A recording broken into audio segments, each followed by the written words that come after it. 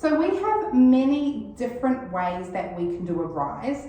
This variation here is a rise with a ball. Now, if you have any questions on what type of ball you need, or what if you don't have a ball and you want some suggestions on something else to use around the house, let me know.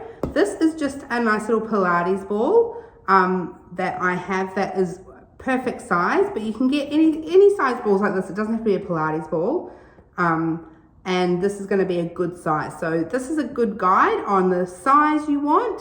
You could also use a pillow if you've got a thick pillow to put between. So we're going to actually have it gently resting on our ankles. So not too high, not on the ground though, like just above it, about there. Okay, so we're going to come into our position, and I want you to have a look at your programming. It'll tell you whether you should have two hands, which will mean you're facing a wall or a bar or a chair, something secure. Whether you have one hand, which would be one hand on the bar, or not in the center, which would be no support. So that would be like this. So I'm going to show you facing this way, and then I'll show you the variations with two hands and everything like that.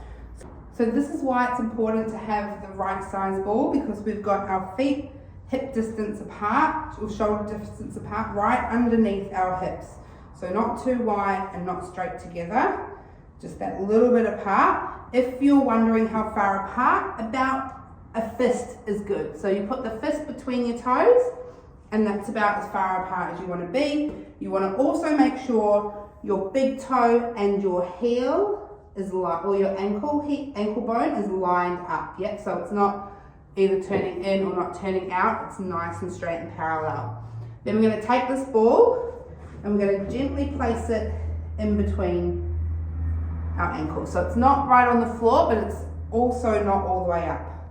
Now, we should be able to stand here, and it has a gentle squeeze, and we're not going to lose it. We're not going to drop the ball. So what we're going to do is then we're going to gently rise up onto our toes, keeping the same pressure on the ball. So I don't want you to push harder.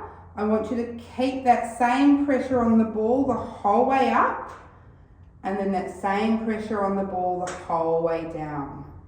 So we shouldn't feel like we're going to pop the ball. We also shouldn't feel like we're going to let the ball go. One of the things we're working on here is keeping our alignment the same, whether we're on our flat feet or whether we're rising. So we're coming up and down, keeping that ball in between the ankles, up and down. Beautiful. Now, if you're going to do it with one hand on the bar, it's going to look exactly the same, holding onto the bar. But now you can put, if you want to put your hand on your hip so you can feel where everything is. It doesn't have to be on the bar, on your hip. And then facing, again, same thing. Two hands on the bar, you're going to make sure you're facing the bar or facing the chair, so your hands are in front of you. And then again, same thing, pushing up and down, making sure you keep that gentle push into the ball, but you're not squishing it either. And those are your rises.